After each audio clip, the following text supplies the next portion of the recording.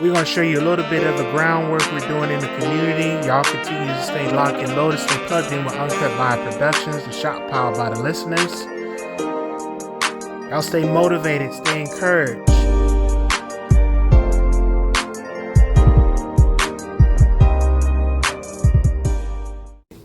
Me personally, I cross all types of lines. Right. So this person is, I believe, this person, my friend was like Catholic, and then her folks is like Ethiopian. So they got those two different religions kind of merging together and unifying and stuff. So we was all together dancing and shit last night. So that was cool. But I didn't get in until about 3:34 in the morning. And so I like, bad as me, bro. I was struggling with my alarm went off, and I set several of them. Got my ass up, got in the shower, and got the fuck up the room. Hey, so that's where we at with it. Wow. He's like the little brother I never had, man. Cause I do that shit. I ain't gonna lie, I got in like 2:30 because I met up with some friends and we all went bowling. I ain't been bowling in forever, and clearly my game showed that I ain't been bowling forever. We gotta go bowling. As long as I crack 100. You a masseuse. As long as I crack 100 in every game, I was good. What the But fuck? You got a ball? I threw a couple. You Not a whole too big bunch to be of them. throwing gutter balls. I ain't gonna lie. Sometimes I was they doing hang me curves, off. right? But one of them, I ain't gonna lie, one of them, like the brakes went out and didn't really curve like it was supposed to curve. You should treat it like it's an ass that you massage. Then I can't throw it away, you know what I mean? Yeah, it's Hold like on. bowling it's like a touch to it because it's like you can't force it down the lane. You gotta guide it down. You feel me? It just got 3 holes instead of 2. Yeah. What? That's why I love women. But don't worry, I treat women like they got 3 holes. They You got know what I 3 mean? holes instead of I use these two for, I don't know if y'all do, but I use these two sometimes, Because it's my longest finger, you know what I I'm know saying? that's a little vulgar, but tell me if I lied just now. You did lie. You did What's lie. up, Reverend Doctor? Hey, sir, how you Yes, doing, sir, son? my man. How you doing, We got brother? a Reverend Doctor in the building. Are you in the building and shit? Because we just finished with his week, and we can hit to your week. How you been doing? You catch up, and then we could come on around to me, or you here work recording right You now. ain't do your I can do weekend, both. My man, I ain't Multitask. that week. I go last, and this so we gonna let Reverend Doctor. We got the Reverend Doctor in the house. My man Kenneth Clark, change agent now and forever, man. Always in the streets, doing the great work. So man, I think they can hear you because we can't even whisper on air without the whole world hearing us. So how was your week? How you been? What's been going on? So. Question should be, what ain't been going on? Oh Lord, here That's we the go. good shit right there. Yeah, what ain't been going on? Shh. Let's start with what's been going on. Well, glad to be back in the shop. Oh man, I'm glad that you back. It's just been one of those very busy weeks, just trying to help our people in gorgeous Prince George's. Your favorite county of all time. Prestige. Now they got a new one. Prestige. Prestigious. Prince George's. Okay. Prestigious. Well, really, I just been really just been helping our brothers and sisters, especially those in the homeless shelter, the men's shelter. Okay. Kudos to you on that, man, for sure. Just really trying to empower our brothers, our black brothers. I had a chance to actually do my little empowerment over there for my brothers. I actually did phenomenal. Praise be to God. I had a couple of brothers I spoke on who's speaking to the black man. Okay. And yeah, I did take a quote from you. You know what I'm saying? Ain't Ain't ain't nothing new under the sun, baby. Make it do what it do. What was the They quote? didn't say that. Oh, I met them niggas named Ecclesiastes. I wonder if anybody else named They said Ecclesiastes. make it doeth what it doeth. Oh, okay. So what was the quote you took? black women are disrespected, but black men are feared. Yeah, there you go. Very much so. Yeah. That's true. Some niggas scary. Yeah, You know, it's The sad part is we fear black women. All you niggas are scared. Yeah. That's powerful, and it's no harm. Even more so in today's climate. That is so powerful. I'm glad you kind of reminded me of that. And how did they take that? How did they? Well, cause see, like it opened up. Okay. Cause I know I tell people this all the time. I'm unorthodox but God driven. Right. And when you're going into an environment like that, you can't go in there just hitting somebody up with a bunch of scriptures. You can't go in there with a bunch of, you've got to figure out a way to break that mold, to break that atmosphere. Right. You have black men, and you know as I know that when you're in a position like that, you need as much as strength as you and I always talk about, not just the physical food, but the mental fiber, the spiritual food, the consciousness. Yeah. And when you think about the consciousness, the state of the black man, you talking about in a situation like that, you beating yourself down, you thinking, you know what I'm saying, what for whatever reason, because it's not just. I hate this. What's up, brother Dewan, my man from Charlotte, by way of up north. Love you to life. Go ahead. I hate this notion, this generalization, that is a form of a gun, which people don't realize because they just lump all these. But everybody that is put into a position where they are unhoused or in a shelter is not because of the sake of they had a drug addiction or they had some type of they just come up with these generalizations to say that individuals are lazy or they just that they haven't. All of us in reality, if you look at hch.org, the average American is only one paycheck away from being houseless. Right. You're right, and that's and that's why we labor so much, because we fear being houseless, but we neglect the true home that we have as the temple. We don't take care of that, but we take care of the house, and we work our fingers and feet and all that to the bone to protect the house that's temporary anyway. So that's powerful. Yes. Yeah. So when I said that, it was life that brought rescue. Like it had predominantly a lot of young men in there from the age of like 18 up to 25. That that was like, wow. I have my views and my perspectives about how I feel that a climate and an atmosphere should be. As you and I often talk about the mental fiber, the Maslow's hierarchy of needs. I'm thinking in a place where you're in a transition where you're trying to get on your feet. Right. So if a place is dark, gloomy, you don't see no type of nature, you don't get to see no flowers, you don't get to see the access to the sun of being enclosed. Jail, you know what I'm saying?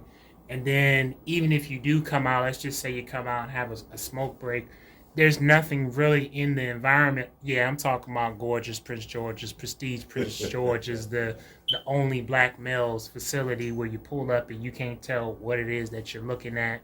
You don't see nothing heartwarming. You don't see orchids. You don't see lilies. You don't see marigolds. You don't get to see none of that. You just see a bunch of high shrubbery, touch up job. They finally patched the holes up so the mice won't come in there. So when I came through there along with my other crew, it was like a breath of fresh air. I mean, folks was asking. See, I'll be transparent. I shared my story with them about how I battled being houseless for over 15 years. Okay.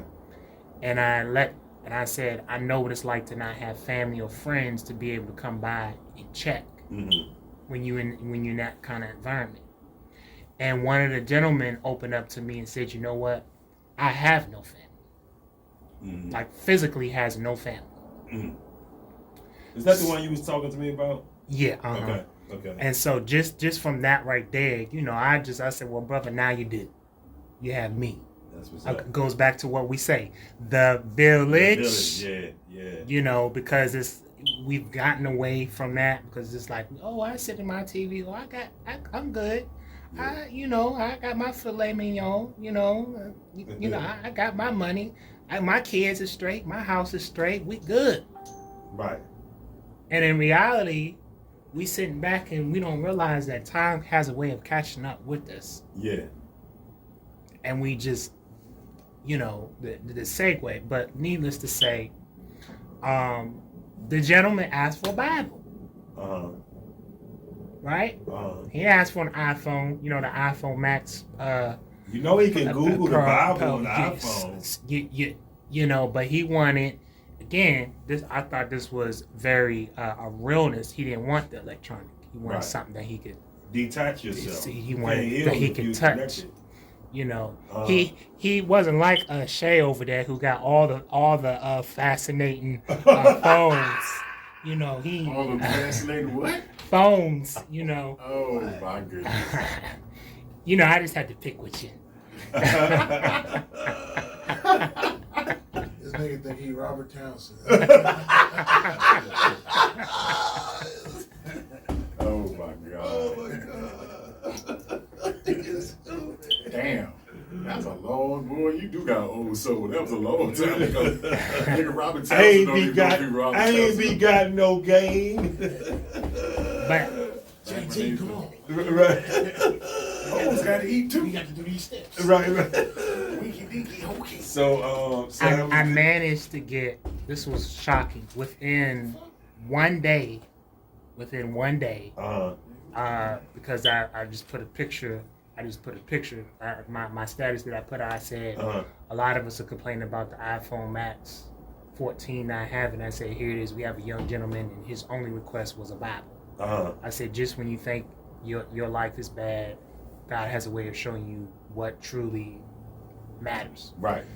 So needless to say, I put the post out. I said, hey, anybody have any Bibles? And then not only that, I had two of the brothers in there that were interested, inquiring of wanting to learn more about the Islamic faith. The Islamic faith. So shout out to Malik from Moss number 42 of Baltimore. I met him down at Penn Station. Okay. And got the two Qurans. The two Qurans. Yeah. So, and all together, I got 30 Bibles and two Qurans within 1 day. Okay, that's what's up. So that kind of goes back to like what we were saying. You get the physical food, but you have the mental vibe first, mental and spiritual. And so now we gotta shit some bad shit out your mind. So you can't do that if you don't have the spiritual books and the spiritual truths to allow you to do that. So that's definitely needed. How do you spiritually defecate, brother? Spiritually defecate. Well, actually, drink 2 shots of Casamigos. Because those are spirits. It's like, nah, I'm just messing with you. That's the first thing that came. That's the first thing that came to mind. But no, actually, it's funny you say that because I think a lot of times the spiritual ascension is due to the mental defecation. Mm-hmm. So getting rid of the clamor, the clutter in your mind allows you to see stuff more clearly to become spiritual. Now there's good spirits and bad spirits. So to spiritually defecate, you got to get rid of the bad spirits. You got to get the negativity. The negativity. That answers my question. I said, how do you start with the mind? You meditate. Yeah. You meditate. You watch nature and not niggas. Niggas is nature. Niggas is nature. They are. You ever seen a nigga in this habitat? I be having that tag. Put that motherfucker in front of Popeyes. Watch with the chicken sandwich. Watch what he do. I feel it. Yeah. But the first process is the mind, though. Yeah, that's the meditation. The first process. Start with the brain, because that's like when if you go through something, right? Like say you moving too fast in life, right? And like anybody move too fast, you always slip up. Right? Yeah. So you crash and burn, and Yeah. you kind of watch everything fall away, and then that's when, if you got any sense, if you got any type of brain or soul or heart or anything, you take a step, you take a second, you be like, damn, what the fuck am I doing? Bro? Yeah. I'm fucking up. Yeah. And it all starts. It's like just having visions or suicidal thoughts. I think everybody has had suicidal thoughts in the moment. That shit heavy too. You know what I'm saying? And it be heavy because it's not even about where did it come from, because everything again starts in the mind. It's the way we. I feel like it's the way we are conditioned to view death though. Yeah. So like the fact that we view death as the end and we don't really know what comes afterwards. Right. We only have theories to make us feel better while we're here. Right. But like we don't know, and most motherfuckers is just like, well, there's probably really nothing after this because it wasn't nothing before it. Right. It was like, so it's kind of depressing. Yeah. And so like. And then a lot of times you also, where do you belong in this concept of life, right? Mm-hmm. You been doing mushrooms this week, man? No. That's the same shit that happened to me when I did the mushrooms. You told him yourself. I said, what is life? Right. You told me 80 times. I know. Them niggas are being caught like, so, Mr. Gavin and Cheese. Mr. Gavin and Cheese. We have you speaking here with Jerome Cockney. Right. And he does what? A half of mushrooms every day? Do you confirm or deny that statement? I'm being cuffs like, man, bro, take the plea deal. Cop and huffs and cuffs.